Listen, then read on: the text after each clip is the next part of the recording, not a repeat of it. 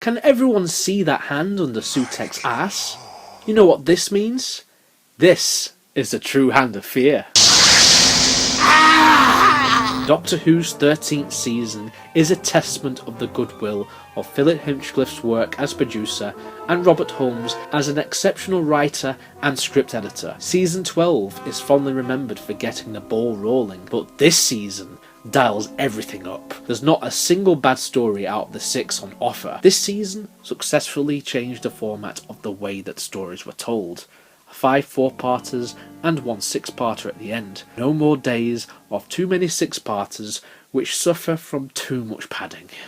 Jesus Christ. Terror of the Zygons is a classic on so many levels, bringing us an interesting alien race which can shapeshift. Why? Do you think Harry's still in danger from something? The spaceships look delightfully horrible. The special effects are perfect.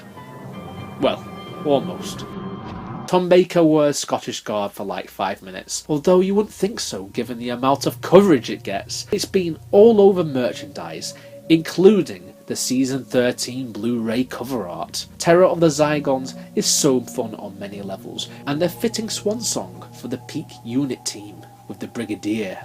It's the last time we see the Brigadier until Mordred Undead. There's nothing quite like that unit team of the 1970s. Or is that the 1980s?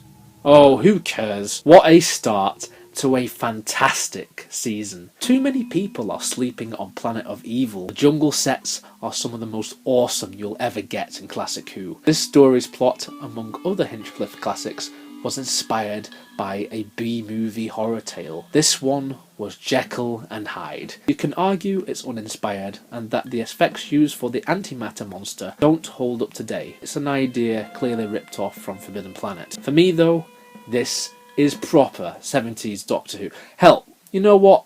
It's proper Doctor Who, full stop. It's underrated. It's a gripping adventure, full of tension. A prime example of the Dream Team, the 4th Doctor, and Sarah Jane Smith. Then you get Pyramids of Mars over here, casually ending up being on many people's top 10 lists for all-time Doctor Who stories. I've said it before in my review, and I'll say it again. It's 4 parts of sheer excellence. Tom Baker and Elizabeth Sladen are at their peak when they're given plenty of great material. Sweaty gelignite is highly unstable. One good sneeze could set it off. Sorry. And you have Sutek over here being a badass. Gabriel Wolf's voice is awe-inspiring. The Doctor nearly gets fucking killed in this. Kneel before the might of Sutek. Yeah, this is no game like in subsequent Tom Baker stories. This is a powerful Doctor Who villain who will always be up there, even if they did fuck it up with him years later. Pyramids is one of my most revisited stories ever, and deserves all the hype it gets. If you want to call yourself a true Whovian, check this one out. I, along with few others, believe that the android invasion is the weakest of this magical season. It's a typical Terry Nation script, which recycles its own previous material, though it's the first one since 1964's The Keys of Marinus not to feature Daleks. At times, I forget this is only 4 parts, as it really feels like 6 due to meandering in the middle when the Doctor and Sarah get captured and they're held aboard the strange Krull spaceship. Unit are wasted. Benton and Harry are here. Then we get this budget Brigadier. It's just not the same. That being said, there are some really good parts, like this. Is that finger loaded? You see, the real Sarah wasn't wearing a scarf. What have you done with Sarah? What a bleeding mighty. Fucking hell. Jesus Christ. Ginger beer. Part 1 is particularly memorable for its atmosphere. I'd say it is an enjoyable story which does show cracks, but it's far better than quite a few of the Graham Williams era. Fucking tinfoil. The Brain of Morbius fits in the same category as Pyramids of Mars, that it's essential Doctor Who viewing. After all, it features pre-Hartnell Doctors. The space graveyard setting of the planet Karn is shown for the first time, the Sisterhood having an ancient connection to Gallifrey, the ever so brilliant performance by Philip Maddock as Solon, and the abomination that is the Time Lord renegade, Morbius, make for 4 parts which is filled with crazy charm. It unashamedly borrows from Frankenstein. But who the hell cares? I Love this! The 6-part finale, The Seas of Doom, not to be confused with the similarly sounding Ice Warrior stories from 1969, is one of the best uses of the long format. I always think that this is a story which is split in two.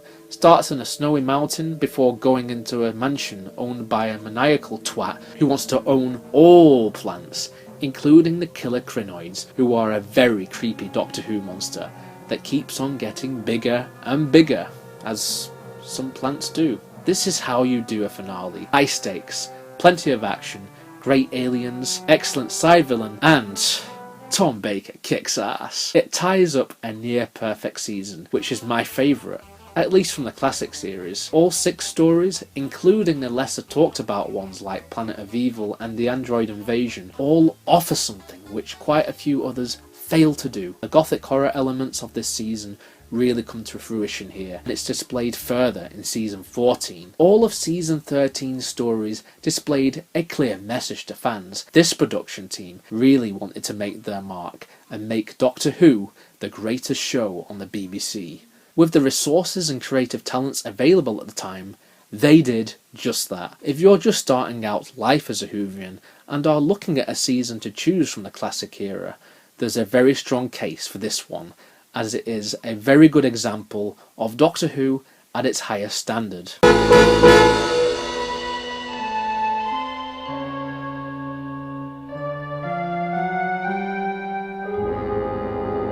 How can you not love a brain in a jar?